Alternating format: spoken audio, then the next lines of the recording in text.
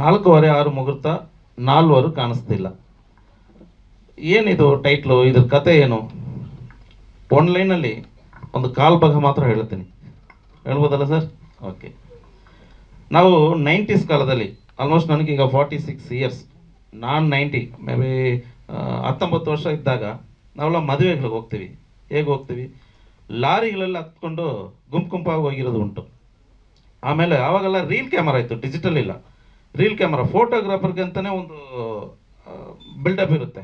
ಅವ್ನು ಕ್ಯಾಮ್ರಾ ತಂದ ತಕ್ಷಣ ಅವ್ರದ್ದೇ ಒಂದು ಬಿಲ್ಡಪ್ ಇರುತ್ತೆ. ಆಮೇಲೆ ಈ ಸಣ್ಣ ಸಣ್ಣ ಇದ್ರುಗಳಿರ್ತಲ್ಲ, ಈ ಮಕ್ಕಳು ಮತ್ತು ಆಗಿದ್ದ ಹೆಣ್ಮಕ್ಳು ಮದುವೆಗೆ ಬಂದಾಗ ಹೇಗೆ ಬರ್ತಾರೆ ಸಿಂಗವರಾಗಿ ನಾವು ನೋಡಿದ್ದೀವಿ. ಫೋಟೋಗೆ ಫೋಸ್ ಕೊಡೋಕ್ಕಂತಲೇ ಒಂದು ಗುಂಪು ಬರುತ್ತೆ. ಕ್ಯಾಮ್ರಾಮನ್ ಅಂತ ಹೇಳ್ಕೊಂಡು ಬಿಲ್ಡಪ್ ತೊಗೊಳಕ್ಕೆ ಒಬ್ಬ ಬರ್ತಾನೆ. ಆಮೇಲೆ ನಾನು ಹೆಣ್ಣಿನ ಕಡೆಯವರು ಗಂಡಿನ ಕಡೆಯವರು ಅಂತ ಅದರಲ್ಲಿ ಬಿಲ್ಡಪ್ ತೋರಿಸ್ಲಿಕ್ಕೆ ಕೆಲವೊಬ್ರು ಬರ್ತಾರೆ. ಮದುವೆ ಅಂತ ನೆಪ ಇಟ್ಕೊಂಡು ಆರಾಮಾಗಿ ಡ್ರಿಂಕ್ಸ್ ಕೊಂಡ್ಕೊಂಡು ತೆಳಾಡೋರು ತುಂಬ ಜನ ಬರ್ತಾರೆ. ಇದಕ್ಕನ್ನೋ ಚಾನ್ಸು, ಈ ಮದುವೆನಲ್ಲಿ ನಮ್ಗೆ ಗತ್ತು ತೋರಿಸ್ಬಿಡಕ್ಕಂತ ಜಗಳ ಮಾಡೋಕ್ಕೆ ಕೆಲವೊಬ್ರು ಬರ್ತಾರೆ. ಆಮೇಲೆ ಸಂಬಂಧಿಕರಲ್ಲಿ, ಈಗ ಅವಾಗೆಲ್ಲ ನಮ್ಮ ರಿಲೇಷನ್ಶಿಪ್ ಹೋಗ್ಬಾರ್ದಂತ ತಂಗಿ ಮಗನಿಗೆ ನಮ್ಮ ಹೆಣ್ಣನ್ನು ಕೊಟ್ಟು ಸ್ವಂತದಲ್ಲಿ ಮದುವೆ ಮಾಡೋ ಕಲ್ಚರ್ ಎಲ್ಲ ಇತ್ತು. ಈಗಿರೋ ಕಲ್ಚರ್ ಹೇಗಿದೆ ಅಂದರೆ, ಎಲ್ಲೋ ಕೂತ್ಕೊಂಡು ಮದುವೆ ಮಾಡಿಕೊಂಡು ಮೊಬೈಲ್ ಮುಖಾಂತರ ಆಶೀರ್ವಾದ ಮಾಡೋ ಕಲ್ಚರಲ್ಲಿ ಬದುಕ್ತಾ ಇದ್ದೀವಿ ಈಗ. ಆದರೆ ಇದು ಹೇಗಿದ್ರೆ, ಮನೆಗೆ ಹೋಗಿ ಪತ್ರಿಕೆಯನ್ನು ಕೊಟ್ಟು ಪ್ರೀತಿಯಿಂದ ಕರೆದಿದ್ದೀವಿ ಆ ಕಾಲದಲ್ಲಿ. ಆಮೇಲೆ ನಮ್ಮ ಸಂಬಂಧಿಕರುಗಳಲ್ಲಿ ಕೆಲವೊಂದು ಜಗಳಗಳಾಗಿರುತ್ತೆ, ಮನಸ್ತಾಪಗಳಾಗಿರುತ್ತೆ. ಅದ್ರ ಒಳ್ಳೆ ವಿಚಾರ ಬಂದಾಗ ಅದನ್ನು ಮರೆತು ನಾವು ಒಂದು ಒಳ್ಳೆ ವಿಷಯಕ್ಕೋಸ್ಕರ ಅವನ್ನ ಇನ್ವೈಟ್ ಮಾಡ್ತಾ ಇರ್ತೀವಿ. ಈ ಥರ ಎಲ್ಲ ಸಂಬಂಧಗಳ ಬೆಲೆಗಳನ್ನು ಮರೆತು ಇವಾಗ ಬೆಳಗ್ಗೆದ್ದು ಸಂಜೆ ಆದ್ರ ತನಕ ಪ್ರೆಷರಲ್ಲೇ ಬದುಕ್ತಾ ಇರೋ ನಮಗೆ ಮತ್ತೆ 90ಸಲ್ಲಿ ನಾವು ಕಳ್ಕೊಂಡಿದ್ದ ಸಂಬಂಧಗಳನ್ನ ಬೆಲೆ ಏನಿದೆ, ಪ್ರೀತಿಯ ಬೆಲೆ ಏನಿದೆ ಅಂತ ನಿಮ್ಮ ಕಣ್ಣು ಮುಂದೆ ತರುವುದೇ ಈ 4:15 6 ಮುಹೂರ್ತ, ನಾಲ್ವರು ಕಾಣಿಸ್ತಿಲ್ಲ.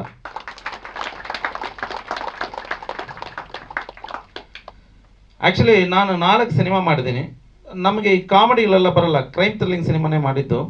ಸೊ ಫಸ್ಟ್ ಸಿನಿಮಾ 2016 ಮಾಡಿದುವಾಗ ಆ್ಯಕ್ಚುಲಿ ನಂದು ರೈಟಿಂಗ್ ತಮಿಳಲ್ಲೇ ಬರುತ್ತೆ. ಬಟ್ ತಮಿಳ್ ಸಿನಿಮಾ ಮಾಡೋಕ್ಕೆ ಓಪನ್ ಆಗಿ ಹೇಳ್ತೀನಿ, ಬೆದರ್ ಮಾಡ್ಕೊಂಡ್ರು ಬರೋಲ್ಲ, ನನಗೆ ಇಷ್ಟ ಇಲ್ಲ. ಕಾರಣ ಏನಂದರೆ, ನಾನು ಹುಟ್ಟಿದ್ದು ತಮಿಳ್ನಾಡೆ, ಆದರೆ ಉಳಿಸಿರೋದು ಕರ್ನಾಟಕ. ಆ ಟೈಮಲ್ಲಿ ನಮ್ಮ ಕನ್ನಡ ಇಂಡಸ್ಟ್ರಿ ಸ್ವಲ್ಪ ಒಂದು ಹಾವರೇಜಲ್ಲಿ ಇತ್ತು. ಆಗೆಲ್ಲ ಹೇಳಿದ್ರು, ಅಲ್ಲಿ ಏನಪ್ಪ ಮಾಡ್ತೀಯಾ, ನೀನು ಎಲ್ಲ ಇಟ್ಕೊಂಡಿದ್ದೆ, ಒಂದಷ್ಟು ನಾಲೆಜ್ ಇದೆ, ಇಲ್ವಾ ದೊಡ್ಡದಾಗಿದೆ ಅಂತ ಹೇಳಿದ್ರು. ನಾನು ಹೇಳಿದೆ, ಪರವಾಗಿಲ್ಲ ಸರ್, ಯಾವತ್ತೋ ಒಂದಿನ ನನ್ನ ಇಂಡಸ್ಟ್ರಿ ದೊಡ್ಡ ಮಟ್ಟಕ್ಕೆ ಬೆಳೆಯುತ್ತಂತ ಒಂದು ನಂಬಿಕೆ ಇತ್ತು ನನಗೆ. ಆವಾಗ ಒಂದು ಕನಸಲ್ಲಿ ಹೋಗ್ತಾ ಹೋಗ್ತಾ ಕೊನೆಗೆ ಇವರೆಲ್ಲ ಆಡ್ಕೊಳ್ಳೋ ಥರ ನಮ್ಮ ಇಂಡಸ್ಟ್ರಿ ಡೌನ್ ಆಗುತ್ತಾ ಅಂತ ಒಂದು ಬೇಜಾರಲ್ಲಿ ಸಡನ್ನಾಗಿ ಒಂದು ಸಿನಿಮಾ ಬರ್ತಿದೆ, ಇಡೀ ಇಂಡಿಯಾನೇ ತಿರುಗಿ, ಇಡೀ ವರ್ಲ್ಡ್ ತಿರುಗಿ ನೋಡೋಷ್ಟು, KGF ಅಂತ. ಅಲ್ಲಿ ಅದೇ ಜಸ್ಟ್ ಅಲ್ಲಿಂದ ಒಂದು ಚೂರು ಗ್ಯಾಫಲ್ಲಿ ಇನ್ನೇನು KGF ಒಂದು ಸಿನಿಮಾ ಮಾಡ್ಬಿಟ್ರೆ ಸಾಕಪ್ಪ, ಈ ಒಂದು ಸಿನಿಮಾ ಗೆಲ್ಸೋಕ್ಕೆ ಇಷ್ಟು ವರ್ಷ ಬೇಕಿತ್ತಪ್ಪ ಅಂತ ಆಡ್ಕೊಂಡಿರೋ ಜನರ ಮುಂದೆ ಬ್ಯಾಕ್ ಟು ಬಂತು ಕಾಂತಾರ ಅಂತ. ಅಲ್ಲಿಂದ ಬಂದು ಬ್ಯಾಕ್ ಟು ಬ್ಯಾಕ್ ನಾವು ಯಾರಂತ ಓಡ್ತಾ ಮೇಲೆ ಓಡ್ತಾ ಕೊಟ್ಟು ಇವತ್ತು ಕನ್ನಡ ಇಂಡಸ್ಟ್ರಿ ಇಡೀ ವರ್ಲ್ಡಲ್ಲೇ ಫಸ್ಟ್ ಲೆವೆಲ್ಗೆ ಹೋಗ್ತಿದೆ. ಅವತ್ತು ನನ್ನನ್ನು ಕರೆದ್ರಲ್ಲ, ಇಲ್ಲಿ ಯಾಕಪ್ಪ ಇದೆಯಾ, ಅಲ್ಲಿ ಬಂದ್ಬಿಡಂತ. ಇವಾಗ ಅವ್ರು ಕೇಳ್ತಿದ್ದಾರೆ, ನಾನು ಅಲ್ಲಿ ಬರ್ತೀನಿ, ಒಂದು ಅವಕಾಶ ಕೊಡ್ತೀರಾ ಅಂತ. ಇದೇ ಶಿವರಾಜ್ ಸರ್ ಕಾಮಿಡಿಗೆ ಹೇಳ್ತೀನಿ, ಒಂದು ಟೈಮು ಇಲ್ಲಿ ಇಂಡಸ್ಟ್ರಿ ಸೂಪರ್ ಸರ್ ಅಂದರು. ಆದರೆ ನಾನು ಹೇಳಿದೆ, 4 ಇಯರ್ಸ್ ಬಗ್ಗೆ ಇದೇ ಸಿನಿಮಾ 4:15 6 ಮುಹೂರ್ತ 4 ವರ್ಷಕ್ಕೆ ಹಿಂದೆ ಮುಹೂರ್ತ ಆಗಿತ್ತು, ಅಲ್ಲಿಗೆ ಸ್ವಲ್ಪ ಸಣ್ಣ ಪುಟ್ಟ ಇದರಿಂದ ಸ್ಟಾಪ್ ಆಗಿತ್ತು. ಆಗ ನಾನು ಹೇಳಿದೆ, ಸರ್ ನಮ್ಮ ಇಂಡಸ್ಟ್ರಿ ನೋಡಿ, ನೀವು ಅಲ್ಲಿ ಹೋಗಿ ಕೂತ್ಕೊಂಡ್ರೆ ಕೊನೆಗೆ ಏನಾಯಿತು. ನಾನೇ ಕರೆದೆ, ಅಣ್ಣ ನೀನು 4 ವರ್ಷ ಅಲ್ಲ, ಇನ್ನೂ 8 ವರ್ಷ ಆದರೂ ಈ ಸಿನಿಮಾ ಇಲ್ಲೇ ಆಗೋದು, ಅಲ್ಲಾಗಲ್ಲ ಬಾಣ ಅಂತ ಕರೆದೆ. ಒಂದು ಇದು ಕೂಡ ಹೇಳಿದೆ, ಸೀದಾ ಅಲ್ಲಿ ಬಂದಿದ್ದಾರೆ. ಆಮೇಲೆ ಒಂದು ಇದು ಹೇಳಕ್ಕೆ ಹೇಳ್ತೀನಿ, ಅವರು ನಮ್ಮ ಸಾರ್ ಹೇಳಿದ್ರು ನಮ್ಮ ಮ್ಯಾಮ್ಗೆ, ನೀವೇ ಹ್ಯಾಂಕರು, ನೀವು ಅಲ್ಲಿ ಬಂದು ತಮಿಳಲ್ಲಿ ಮಾತಾಡ್ಬೇಕಂತ. ಮೋಸ್ಟ್ಲಿ ಕಷ್ಟ ನನ್ನ ಕೈಲಾಗಲ್ಲ. ಇಲ್ಲ ಅಣ್ಣ, ನಾವು ಯಾವಾಗಲೂ ಇಲ್ಲಿ ತಮಿಳ್ ಕನ್ನಡ ಅನ್ನೋ ಭೇದ ಭಾವ ನೋಡಲಿಲ್ಲ, ಎಲ್ಲ ನಮ್ಮವರೇ ಅಂತ ಅಂದ್ಕೊಳ್ತೀವಿ. ಅವರು ಕನ್ನಡ ಕಲೀರಿ ಅಂತ ಹೇಳಿದ್ರೆ ವಿನಗ ಕನ್ನಡ ಮಾತಾಡಿ ಅಂತ ಹೇಳಿಲ್ಲ. ಆದರೆ ನೀವು ತಮಿಳು ಮಾತಾಡಿ ಮೇಡಮ್ ಅಂತ ಕಲೀರಿ ಅಂತ ಹೇಳ್ಬೋದು, ತಮಿಳು ಮಾತಾಡಿ ಅಂತ ಹೇಳೋದು ಅದು ನನಗೆ ಸ್ವಲ್ಪ ನಮ್ಮವ್ರನ್ನ ಹರ್ಟ್ ಮಾಡೋ ತರ ಇತ್ತು. ಅವರಿಂದ ನಿಮ್ಗೆ ಬೇಜಾರಾಗಿದ್ರೆ ನನ್ನ ಕಡೆಯಿಂದ ಸಾರಿ ಮ್ಯಾಮ್. ಸರ್ ನಾನು ಬರೀ ಕಲೀರಿಲಿ ಹೇಳಲಿಲ್ಲ, ನೀವು ಮಾತಾಡಿ ಅಂತಾನೆ ಹೇಳಿದೀನಿ. ಇಲ್ಲ, ಅವ್ರು ಮಾತಾಡ್ದೆ. ನಾನು ಇನ್ನೊಂದು ಹೇಳಿದೆ ಮ್ಯಾಮ್, ನನಗೆ ಅಗ್ರಿಮೆಂಟ್ ಮಾಡುವಾಗ ನೀನ್ ಬಂದು ಡಬ್ಬಿಂಗ್ ಟೈಮಲ್ಲಿ ಕನ್ನಡ ಕಲ್ತ್ರೆ ಮಾತ್ರ ಡಬ್ಬಿಂಗ್ ಮುಂದಕ್ಕೆ ಹೋಗುತ್ತೆ, ಇಲ್ಲಾಂದ್ರೆ ನೀನು ಇಲ್ಲಿಂದ ಚೆನ್ನೈಗೆ ಹೋಗ್ಬೇಕಾಗತ್ತ ಅಂತ ಹೇಳಿದ್ದೀನಿ ನಾನು. ತುಂಬಾ ಒಳ್ಳೆ ಕಂಡೀಷನ್ ಸರ್. ಎರಡನೇದು ಆಯ್ತು ಮ್ಯಾಮ್, 46 years ಆಯ್ತು ಇಲ್ಲಿ ತನಕ, ಇಲ್ಲಿ ಬದುಕಿ ಇಲ್ಲಿ ತನಕ ಈ ಅನ್ನದ ಋಣ ತಿಂದಿರ ನನಗೆ. ಇನ್ನು ಮುಂದೆ ಎಷ್ಟೇ ಸಕ್ಸಸ್ ಹೋದ್ರು ಸರಿ, ಒಂದು ವೇಳೆ ಭಗವಂತ ದಾರಿ ಬಿಟ್ಟರೆ ನಿಮ್ಮ ಆಶೀರ್ವಾದ ಇದ್ದರೆ ಸಕ್ಸಸ್ ಆಗೋಕ್ಕೆ ಚಾನ್ಸಸ್ ಉಂಟು. ಎಷ್ಟು ವರ್ಷಗಳ ಕಾಲಗಳಾದ ಉಂಟು. ನಾನು ಇಲ್ಲೇ ಬದುಕಿ ಬರೀ ಕನ್ನಡ ಸಿನಿಮಾ ಮಾತ್ರ ಮಾಡಬೇಕನ್ನೋದು ನನ್ನ ಆಸೆ.